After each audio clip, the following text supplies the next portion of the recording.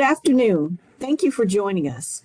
Governor Cooper proclaimed March 2023 as Women's History Month. During Women's History Month, we celebrate women, tell their stories, and advocate their enduring success. Our presenter will be Karen Ellerby, PhD, Associate Professor at the University of Delaware. Dr. Ellerby will summarize the main arguments of her award-winning book, No Shortcut to Change: The Unlikely Path to a More Gender Equitable World, and consider what gender equality can and should mean in the coming years. Before we go further into today's program, I would like to do some housekeeping. As always, keep your microphones on mute throughout the entire session. Please send all of your questions to the chat room. The chat room will be monitored, and we will work to make sure all of your questions are answered in an orderly fashion. This session will be recorded, and you will be able to view this program later on demand. Speaking of on-demand recordings, you will be notified soon of today's program's availability and all of our recent programs when they are ready to be viewed. We are pleased to announce the following upcoming programs. The anniversary of the Executive Order 92 will be a two-part program celebration. Part 1 will be on March the 17th, and Part 2 on March the 28th. We look forward to seeing you there. I'm going to turn the program over to my colleague at OSHR, Lisa Coffey. Lisa? Hi, Dr. Kara Ellerby is Associate Professor in the Department of Political Science and International Relations at the University of Delaware. She received her PhD from the University of Arizona in 2011. Her research is situated in the subfield of international relations and has primarily focused on global gender equality policy and norms and post-conflict peace building, particularly in the sub-Saharan Africa. Her 2017 book, No Shortcut to Change: The Unlikely Path to a More Gender Equitable World, won the 2018 American Political Science Association Victoria Shuck Award for the best book on women and politics.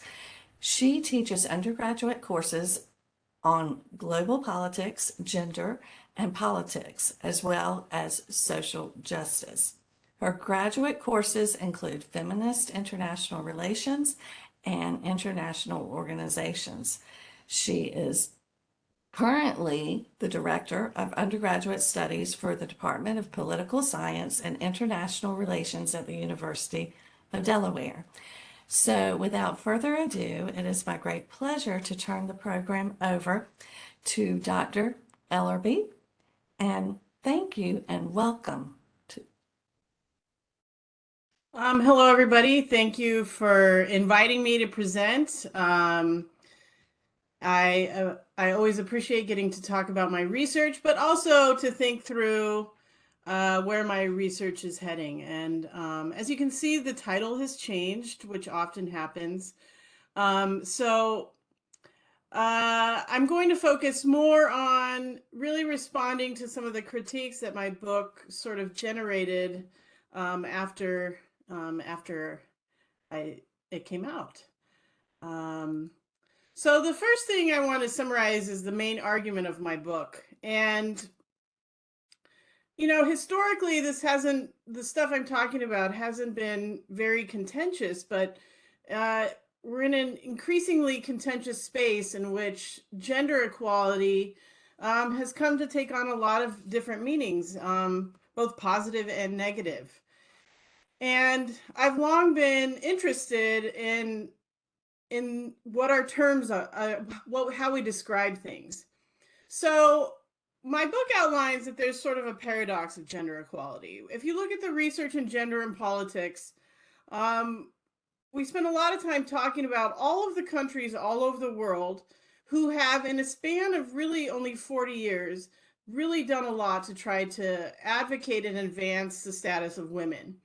and that in almost all of these cases, it's been pushed by women and feminist groups, right? That none of these policies happen unless somebody's advocating for them.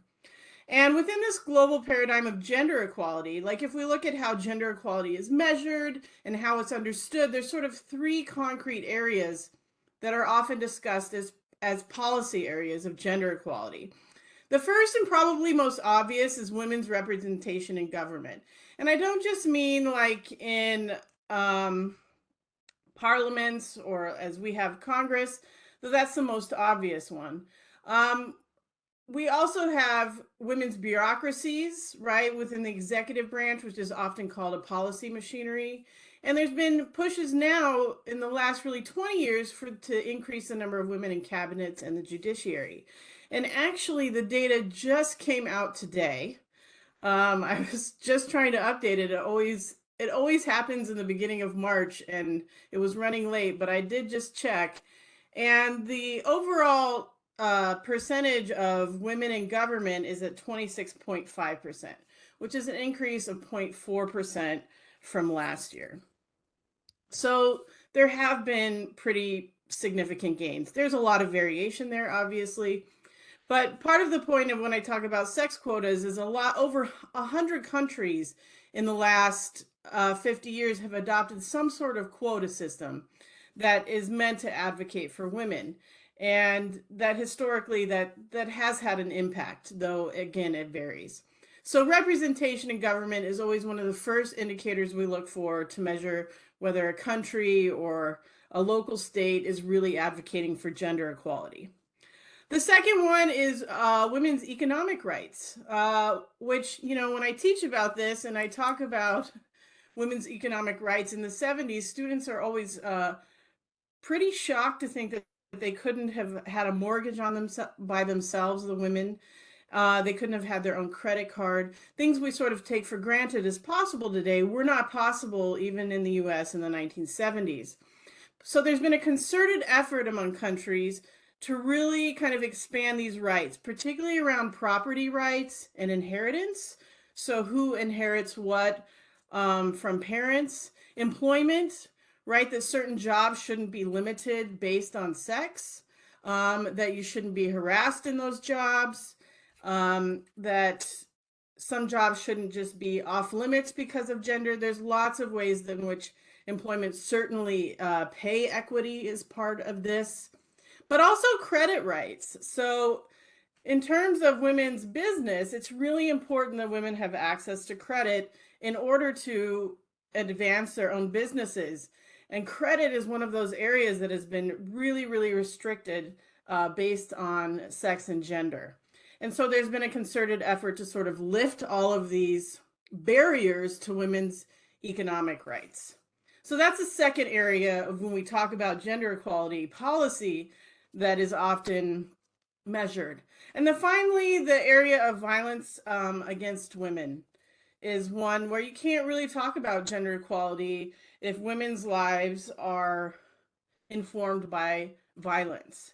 So over the last 40 years, we've named violence against women, right? It's actually now a thing where before it wasn't considered a particular type of violence. But within that, there's kind of four areas where states have really advocated and worked to deal with these. And one is criminalizing sexual assault and domestic violence, criminalizing and having repercussions for sexual harassment at work, and then trafficking are sort of the four basic areas that countries have actually created policy to criminalize and punish many of these types of violence that women experience. So I'm always want to be clear that this has been important. These shifts have been important, but they in some ways get celebrated, I think, more than they ought to. And that's because despite countries doing all of these things, exclusion, women's economic insecurity, and levels of violence are still at significant levels. So the policy impact of gender equality has really been incremental.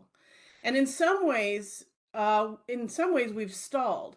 So for example, in women's representation in government, We've been hovering, the world has been hovering around 25% for over 10 years now.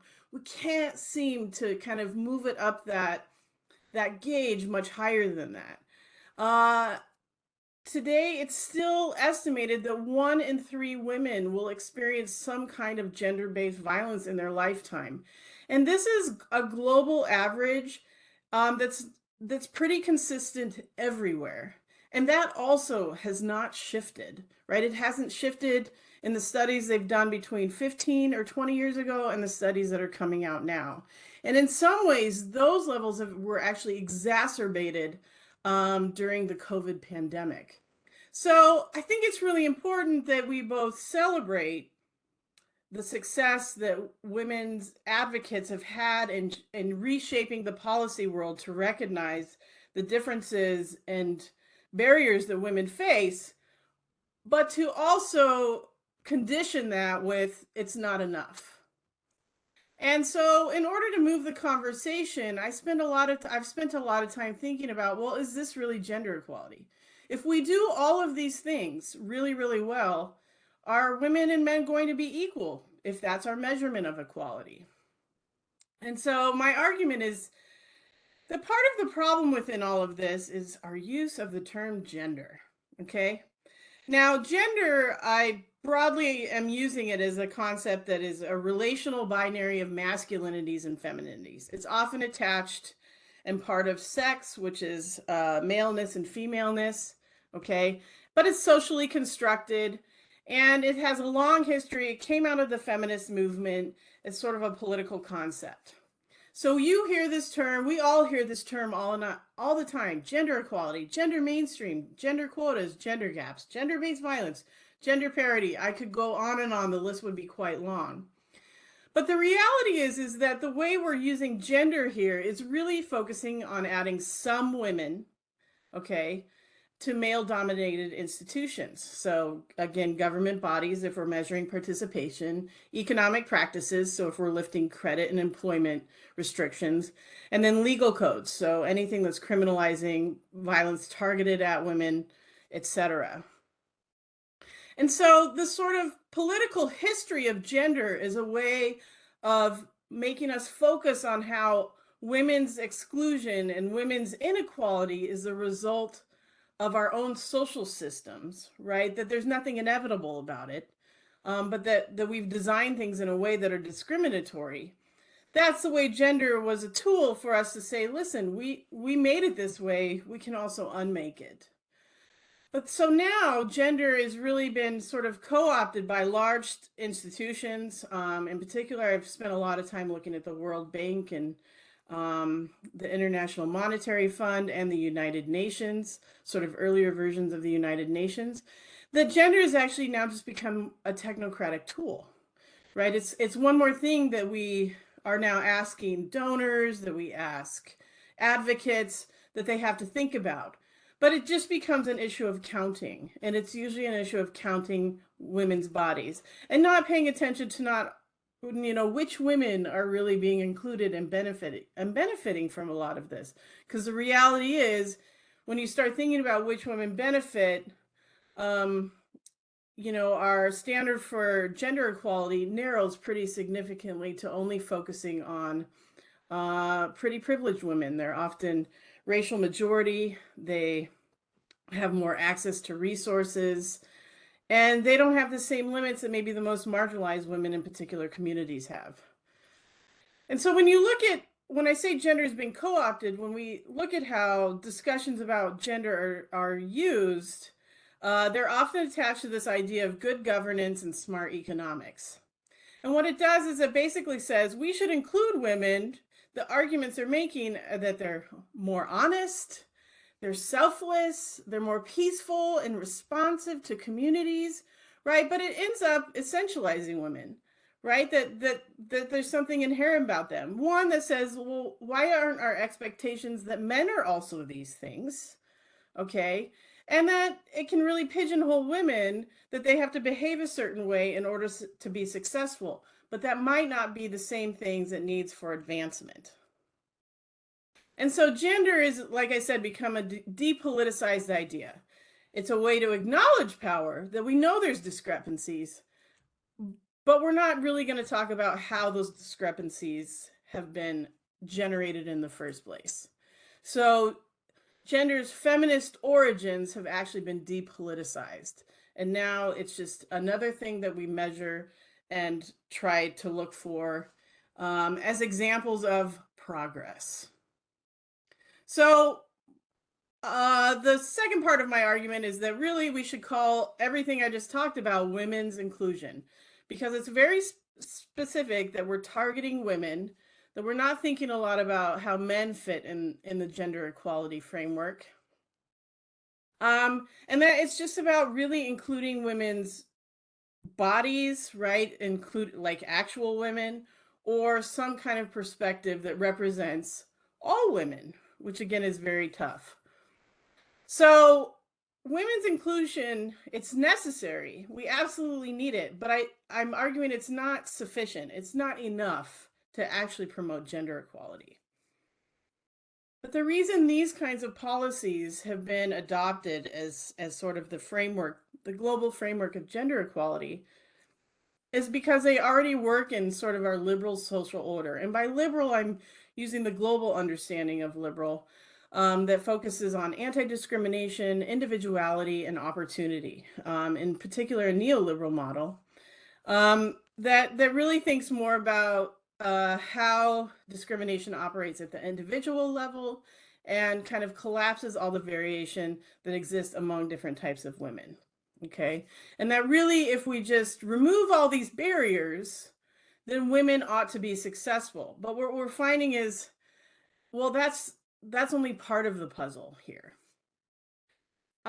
So whenever I present this, everyone's like, okay, well, if you're telling us this isn't gender equality, what is gender equality? And that is a good question.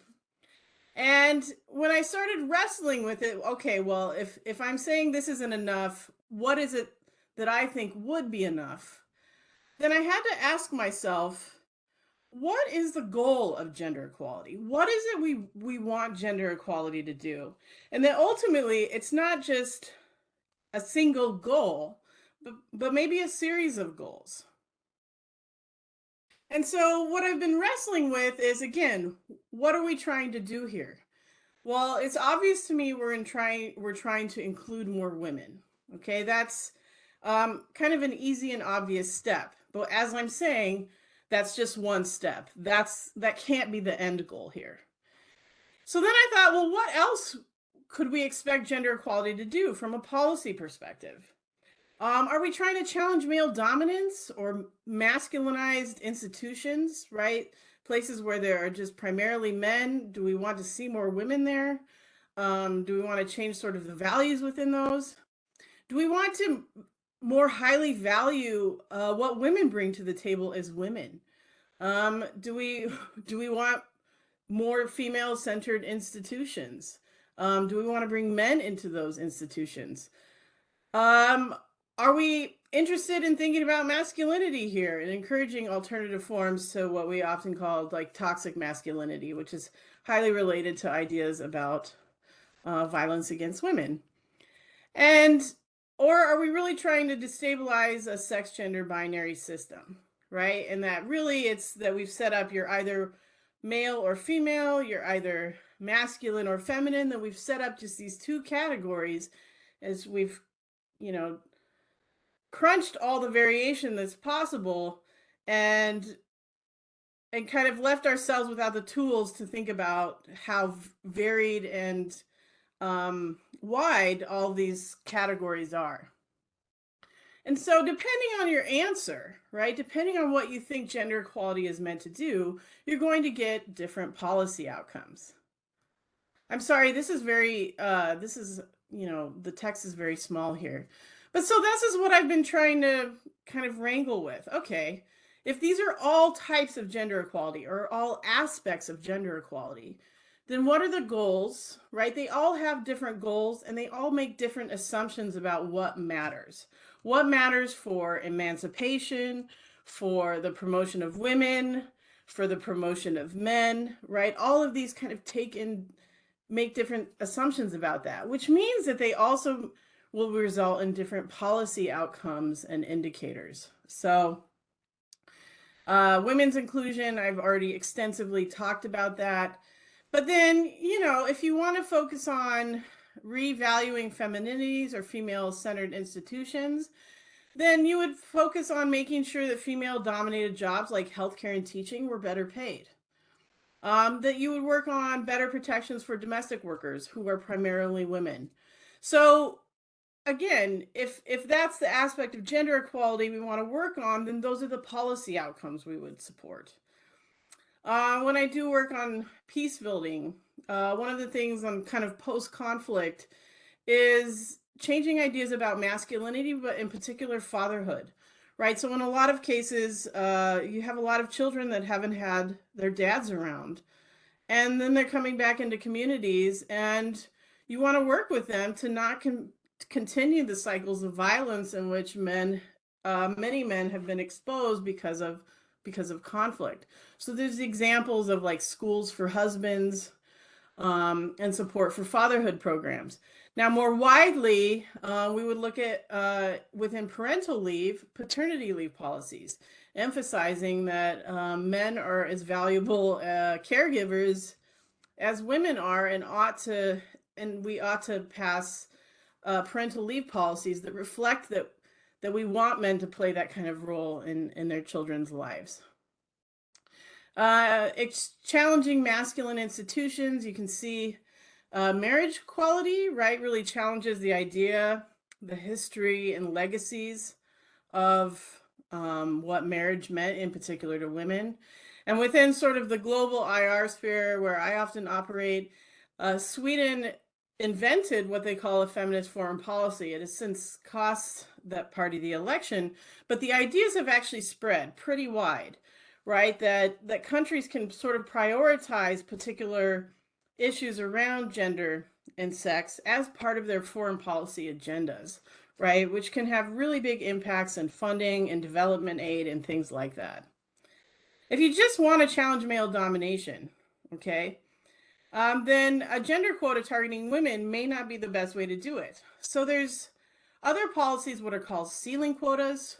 So instead of saying you want this percent of women in an institution, you say no sex or gender can have over 50% or 60% of representation here. So it kind of reframes that this isn't about targeting women, but about thinking about gender relationally. The same with balancing policies. Now I want to get to this final one, which is destabilizing gender as a binary system.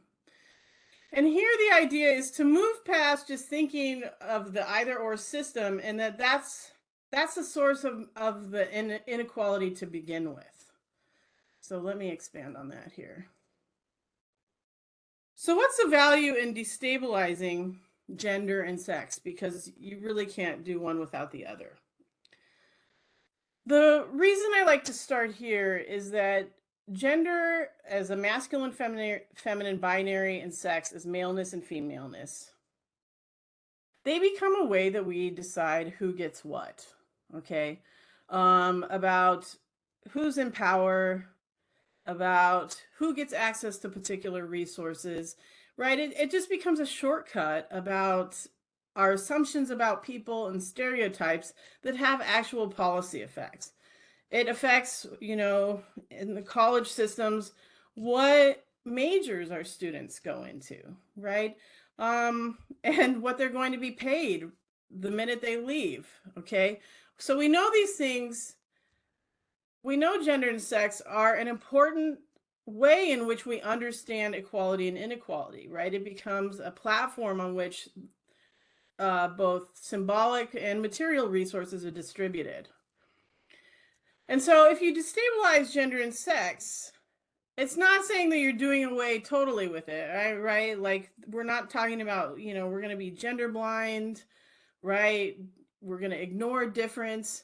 It's this idea that difference can exist, but it doesn't have to determine your life outcomes. Okay, that's a policy decision. That's a policy outcome of that. Okay, so the goal in destabilizing gender and sex is is that it doesn't become a way, or it doesn't become a shortcut for how we distribute resources. It no longer bears a significance on your rights, your access, your opportunities, your livelihood, or your experiences. So it's not to do away, right? I'm not trying to say there are no gender and sex differences. There absolutely are. There are real physiological differences, there's social differences, and those differences are impacted by race, class, sexuality, um, location, and things like that. But the point is, we can create a system where that doesn't matter. The category of gender and sex that you occupy doesn't matter. It's not going to bear on your life outcomes. That's the point of thinking about gender equality as destabilizing gender and sex.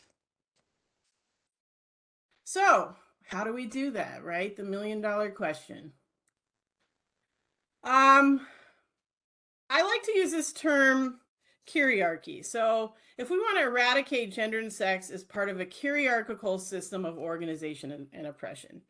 So, kyriarchy was a term developed by Elizabeth Schussler Fiorenza, who is actually a religious theologian. She used this term as a way to kind of move past discussions of patriarchy, which is really focused on male-centered, male-dominated, and male-identified social systems. And what she's trying to do is saying, listen, systems of oppression are interlocking, okay? So sexism is informed by racism and classism and heteronormativity and homophobia. It's deeply rooted and shaped by those things. Those systems, all of those isms I just described, work together, okay? And that's what makes systems of oppression and organizations so complex. So if we're going to try to deal with this, okay, because as Audre Lorde has argued, you can't deal with sexism without also dealing with racism and classism and homophobia. They are mutually informed by a belief in the right to dominate. That is Audre Lorde's sort of argument in and there is no hierarchy of oppressions. So if we're going to take this seriously, okay, if thinking about policy outcomes, what we can do, I want to start with 3 sets of assumptions about what this actually looks like. The one is, which I've just kind of touched on, is that gender is always informed and shaped by other social identities. So gender is always informed and shaped by race and class and place. So geography really matters here. Heteronormativity and homophobia, those are always shaping one another. So if you're going to destabilize gender, you have to take seriously how gender is impacted by these other identities. And so this is supposed to help us move past the some women part, right? Well, if we're just helping some women, how do we ensure it's not always the same women and the women who already probably have some kind of benefit or resources to begin with? The other assumption that I thought was really important, and this I got after listening to Kimberly Crenshaw present several years back, is that new ideas and new leaders already exist. You just have to be looking for them, right? And that we often talk about, you want to create policy for the margins, but policy should come from the margins, and the leaders should come from the margins, right? And that if we are in a position of policy privilege, or we are shaping this, or leadership, that to not think, one, that we already have everything we need to do it, but to be paying attention that some of the best ideas about gender equality and sort of really rethinking gender, and the leaders that have been working on this might not have that platform, but they are already there.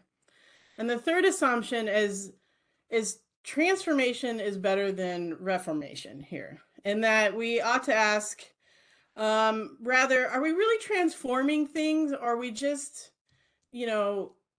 changing the recipe just a little bit, right? So women's inclusion has been about reform. It's been heavily informed by reform, which again is important and essential, but not sufficient. And so when I'm thinking about policies, I ask myself, does it assume interlocking social identities? So these are the questions I ask to assess gender equality. Does it come from the margins, and is it for the margins? And is it transformative? So can it actually start to dismantle some of these binary systems we have in place? So, okay, are there examples of this? And when I started to think through, are there actual policies that sort of embody these ideas, or that are already doing this work? And I have sort of three examples that I've been working through and thinking about. And when I talk about this with my students and other policy advocates, if you're looking for other forms of gender equality to do the things more than include women, okay, what's happening? And in my conclusion, I talk a lot about how any change to the status quo in terms of gender and sex. So, all of these policies that I've talked about and promoting women's representation, promoting their economic rights, and criminalizing violence against them has always been met with backlash. Always. Okay. And this is not unique, right? Anytime there's policy shifts that you're trying to change the status quo, um, there's usually some kind of resistance to that. In this case, often the resistance is violent, right? But it's often informed by the zero-sum belief systems, right? That in order for somebody to have something, you have to take it away from somebody else, right? In order for women to have more power, you're taking power away from men. But there's nothing here that says any of this has to be zero sum, right? And there should be a stronger attention to the way that policies that might specifically target women also benefit men, okay? But also the gender equality policy ought to also target men as a group that also has gender. So I looked for the backlash, right? If we're thinking about which policies are having impacts that are already destabilizing gender and its power. So I came up with just kind of three examples that I think are sort of certainly in the media and news, and certainly generating a lot of dissent and discussion and resistance. And that to me is a signal that what these are doing are destabilizing these systems of power that I've been discussing. And the three of them are reproductive justice, reparations, and universal basic income. These are sort of two policies aimed at the intersection of, in particular, race and class, but also gender, and transgender rights. And so I'm just going to briefly, I'm not going to go much longer here, but I want to just briefly look at some of these. I'm happy to go more in depth on any of them, but I think reproductive justice is a really important intervention among, in particular, Black women and Black healthcare advocates have made, particularly in the U.S. But there's parallel movements like this sort of all over the world. Sister Song is sort of the organization that coined the term. Loretta Ross, who I think just got a MacArthur Genius Grant for her work. And so reproductive justice is a reframing of women's bodily autonomy and sexual autonomy. And it's really an intervention to move past a discussion that women's rights come down to abortion. And that reproductive and health and sexual health decisions span a woman and a man's lifetime, okay? And that it's not just about your ability to terminate a pregnancy, but also the decision to when and how you have children or not have children, and that you can take care of those children should you decide that you want to, which is again that has to be a set of values that a community, that a country has, that that kids should be raised with the resources they need. And so Sister Song had talked about reproductive justice as really focus on the triple violence or triple burden of gender, race, and class. And in particular in the US, that minoritized women, Black women, Indigenous women, Latinx women, and also any person who reproduces faces additional healthcare barriers that really shape their ability to be a fully participating human being, right? So, and it works across indigenous or across gender identities. So all people need access to contraception, reproductive technologies, but also stable housing and employment and food to take care of their families. So if we want to think about gender equality, reproductive justice, and the issues that are being advocated for, like not just abortion, but access to resources that enable women to control not just their bodies, but the decision making about their family structures, but also that men have better access and are thinking about these things as well, is an example of gender equality policy. So, and I ask myself, does it build upon interlocking social identities? Yes, it does. It is centered on that. Does it come from the margins, and is it for the margins? Yes, this isn't coming out of major medical associations, right? These are coming from reproductive justice comes from folks on the ground trying to advocate, in particular for Black women in poor communities, access to the health care that they deserve. Is it transformative? If we took seriously bodily autonomy for everybody and that having children was a lifelong decision that required resources and a commitment by the state, then absolutely. The next example, I won't spend much time here, is reparations and universal basic income. So actually the 2007 Nairobi Declaration on Women and Girls' Rights to Remedies and Reparations sets this out as a global platform that gender ought to be a strategy by which states offer reparations. So it's not just a conversation that is happening in the US, but it's the idea that states have benefited from inequality, and particularly the oppression of women, okay? And that offering people financial resources to meet their needs is revolutionary, and it can lead to structural changes. And it changes the relationship between the state and the most vulnerable, saying, hey, we understand you're probably not here just, through life circumstances, but that other things have contributed and we want to do something about it. So if I go through, does it build upon interlocking social identities? In most cases, it does, either reparations or some idea of universal basic income.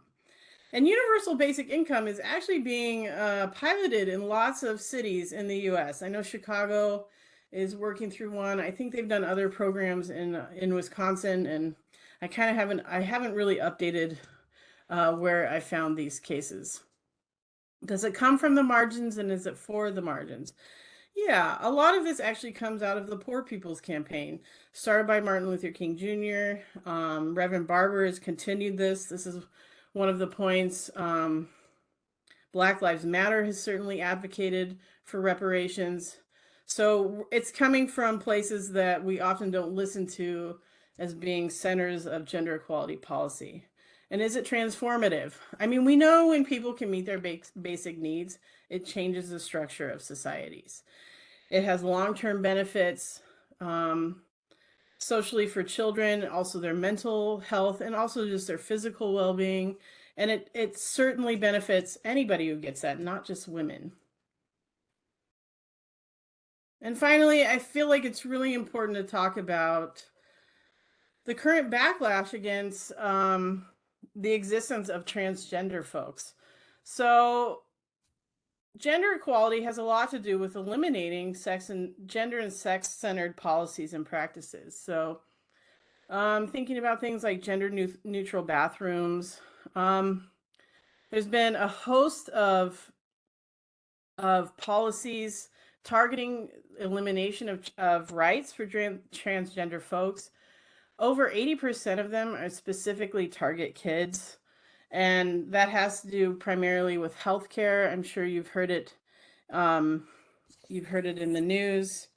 In fact, North Carolina, the HB 43 is seeking to, the same way Florida and Tennessee have just passed it, prohibition of hormones and surgeries in minors specifically targets that, but also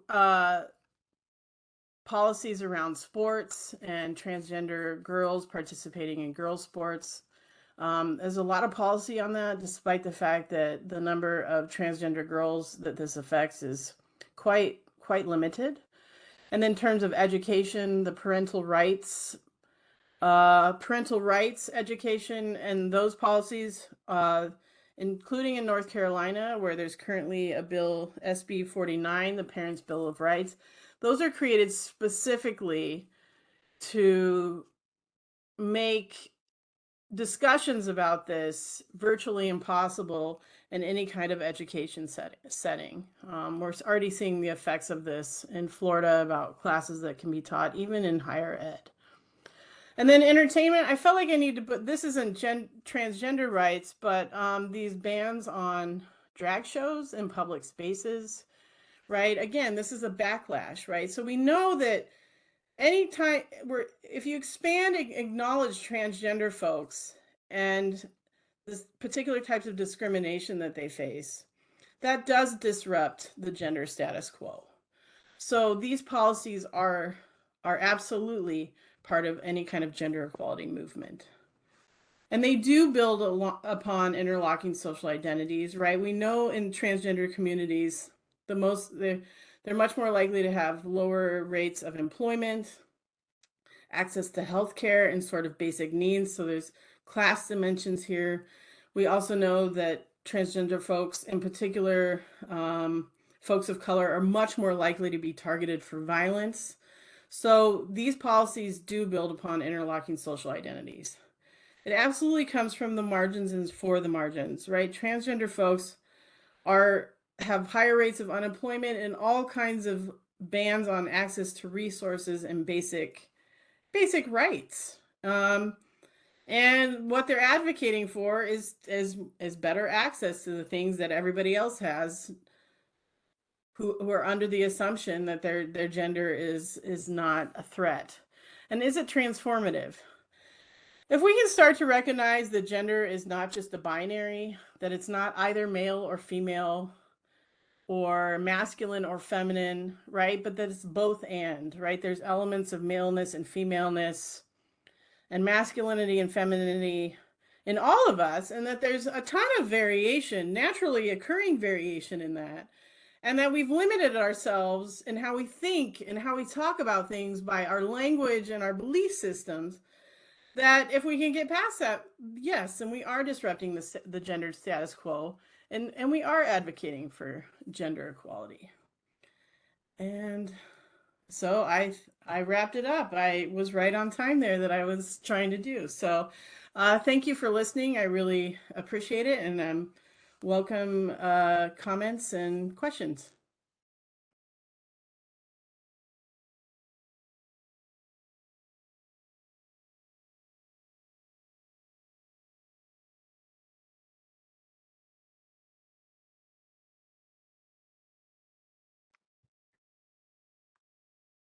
And we're going to open up the floor now for questions that you may have of Dr. Ellerby. Dr. Ellerby, thank you for that very informative presentation. Let's see, I'm going to look now to see if I'm starting to get any questions in. You can, again, submit your questions to the chat right now.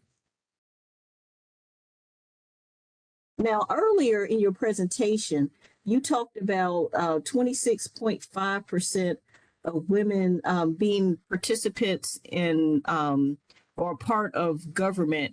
That was that elected officials, or does that include women in the actual, like in the workforce? So that's the average of just elected women in world parliaments. So just in the bodies of parliaments.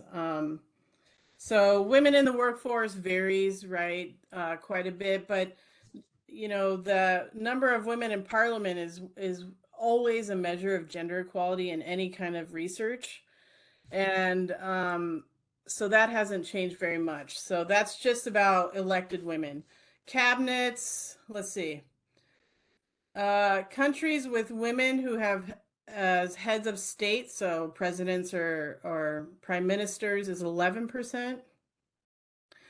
Women speakers in parliament is 22%. And I don't have the data on judiciary, but it's usually quite a bit lower. That was going to be my next question about women in the judiciary, like as judges and things of that sort. Yeah, I haven't seen any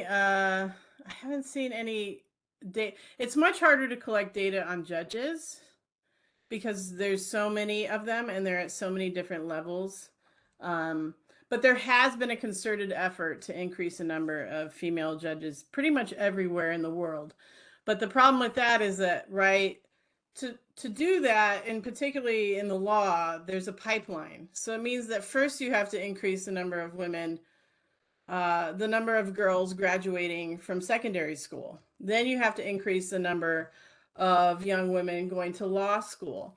And so that trajectory takes longer. So increasing women in the judiciary, if you're going into parliament, there's lots of paths, right? But the judiciary is such a specific path that it's only lately that we're starting to see the payoff of promoting more women along the pipeline. Now, you were also talking about women and uh, it was credit and property. And I'd heard before about women not having you had to get permission to apply for credit and things of that sort. And you said that change occurred in the 1970s. Was it the 70s? In the US, I want to say it was like 1974, 75 that Congress passed legislation that banned that you couldn't deny mortgage and credit based on gender, and you couldn't have restrictions against single women. Um, and But those policies still exist in a lot of countries, right? There are still restrictions on women accessing those kinds of resources in many other countries. And those kinds of policies have kind of been slow on the uptake. It seems to be correlated with the more women who join the formal workforce, so like in paid workforce, then those things are more likely to change. But if you have like a highly informal economy, so a lot of people like subsistence farmers, like in sub-Saharan Africa, so where women have businesses, but they're just subsisting, they're just living off of it. So they don't have bank accounts and things like that. Those countries are much slower to change the laws on that. Now there, I'm looking to see if there are any questions coming from our chat. Okay, I do have a question. Is violence against women viewed as a public health? Is it viewed as a public health problem and a violation of human rights? If not, how would this approach help address some of these issues? It is considered public health. So the World Health Organization is the one that's actually collected the most kind of global data and comparative data on it, because it is considered a health pandemic. It is also a violation of the Convention on the Elimination of All Discrimination Against Women, CEDAW, which is the biggest global rights women's framework that exists in the world, that was passed in '79. And it violates all of those. And what's interesting though is, you have that happen in 1975. In 1995 is the Beijing Platform, which is sort of the biggest shift in gender-centered policy about women. And it really isn't until after that that countries start to take seriously gender-based violence and violence against women. And some things are much quicker to be deemed unacceptable and socially unacceptable than others. So trafficking, um, but things like domestic abuse, that's still actually contested in areas about whether or not that should be criminalized, right? So there's not some kind of universal consensus that all of these types of violence have no place in society. There's still discussions about that. There's still reservations. Anytime there's a gender-based violence policy passed, there's still um, resistance to that. That you know some kind of violence is still condoned. And speaking of domestic violence, how can the U.S. better address intimate partner violence? Um, well, one of the things is there's still a stigma attached to it. You know, there's a lot of places where if there's a incident of violence that both men and in the US, men and women, and this varies by state, so I can't tell you which states do this and don't, but that both parties are charged with domestic violence, uh, with any kind of incident of violence. And those sort of policies that sort of equalize violence, intimate partner violence, those actually can be detrimental to women even reporting this type of violence. It also matters a lot if you have a gender violence unit within a police department that's been trained to recognize first the signs of that, but to also be able to direct a victim of that to get the resources they need, not just counseling, but also kind of access to legal representation. So we know there's all kinds of policies that if women feel like they're going to be heard and they're going to be safe and that the system is going to do something about it, then they're more likely to leave situations of violence. But if they don't feel like those resources are in place, especially if they have children, they're less likely to leave those kinds of situations. So there's lots of policy things you can do at all steps that make it more likely that women are going to leave those situations.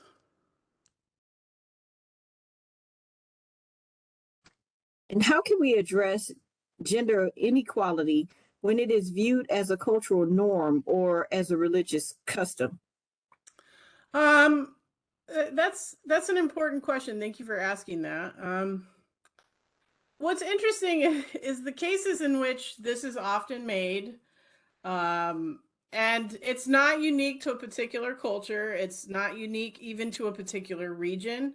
Though some regions of the world clearly have lower levels of women's rights than other places.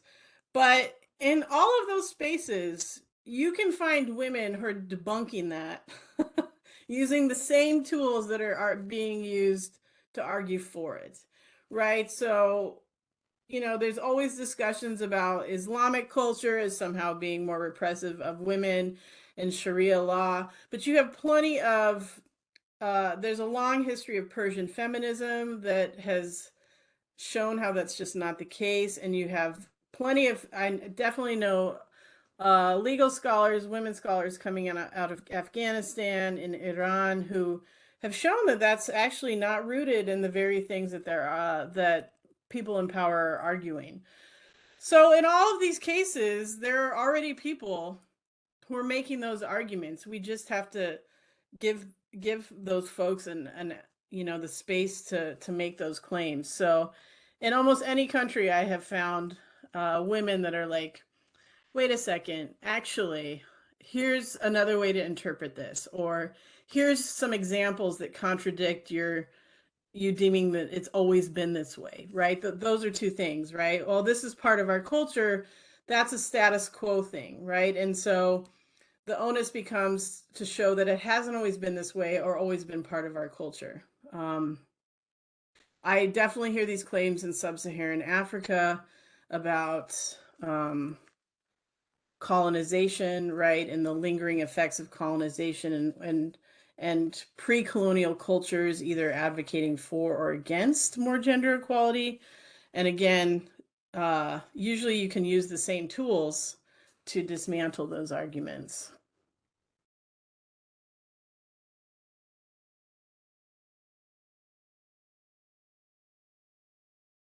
Does the U.S. stack up with other countries in advancing women's rights? Honestly, we're kind of middle of the road. In terms of representation, I'm looking right now because usually the US hovers pretty low. I'm just looking at the data that I just got today, so sorry that I'm actually looking. So the US, just in terms of like women's representation in Congress, we rank 66 in the world. If you want to look at maternal health, we rank last among all industrialized countries. So it kind of depends on the indicator. If you're just looking at like laws that we have, we often look pretty good. But if you look at enforcement of those, things start to drop. If you're looking at pay equity, we're actually quite low among industrialized countries. Most countries in Europe and Scandinavia have a lot more policies that ensure pay equity than the U.S. offers. So we're pretty behind in that. And there's so much variation in like domestic violence law and trafficking laws that we're actually in almost none of these cases are we held up as the model. Let me say that.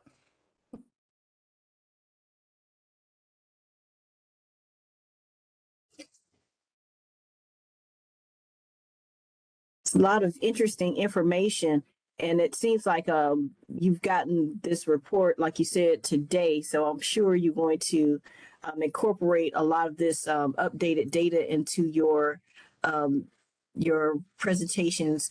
Are you working on another book, or um, what are you doing now to further the unlikely path to a more gender equitable world? Are you writing another book right now?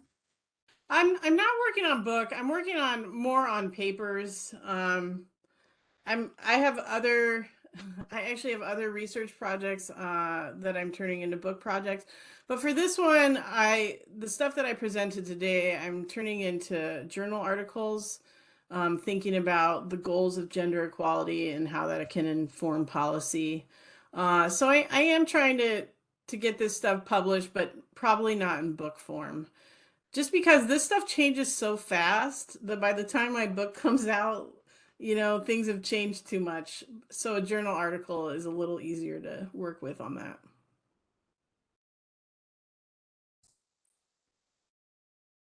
It does change quite frequently. Why does the gender wage gap still continue when women are working longer hours and pursuing higher education in greater numbers? Well, there's a good question. There's a lot of reasons.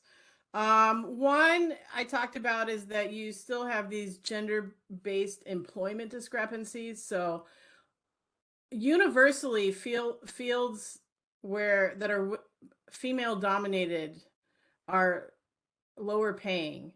Okay, so healthcare, so think about like nursing, but also, and a lot of that revolves around what we call caring labor.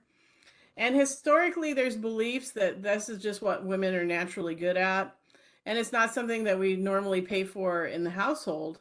And so those things just typically get devalued. Um, and there's also assumptions about women as breadwinners.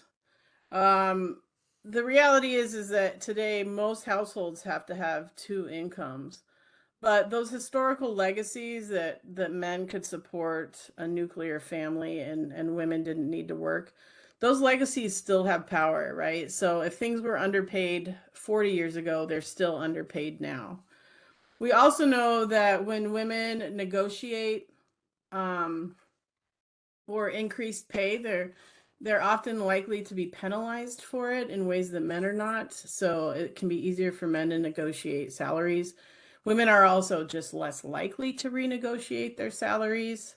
And then the wage gap is actually more significant if you divide it up by race, right? So Latina women are paid, I think it's like 46 cents on the dollar, and indigenous women.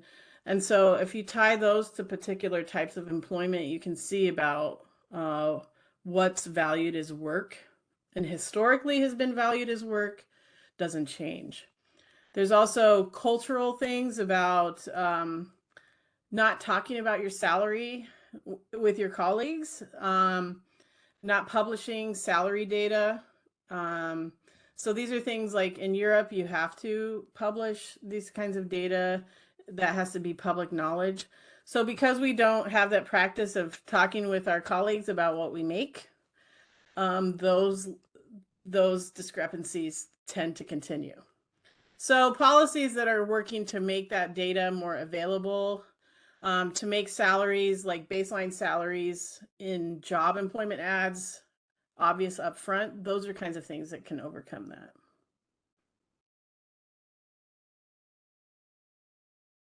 Again, Dr. Ellaby, I really appreciate you coming out and discussing women's women's issues and during Women's History Month.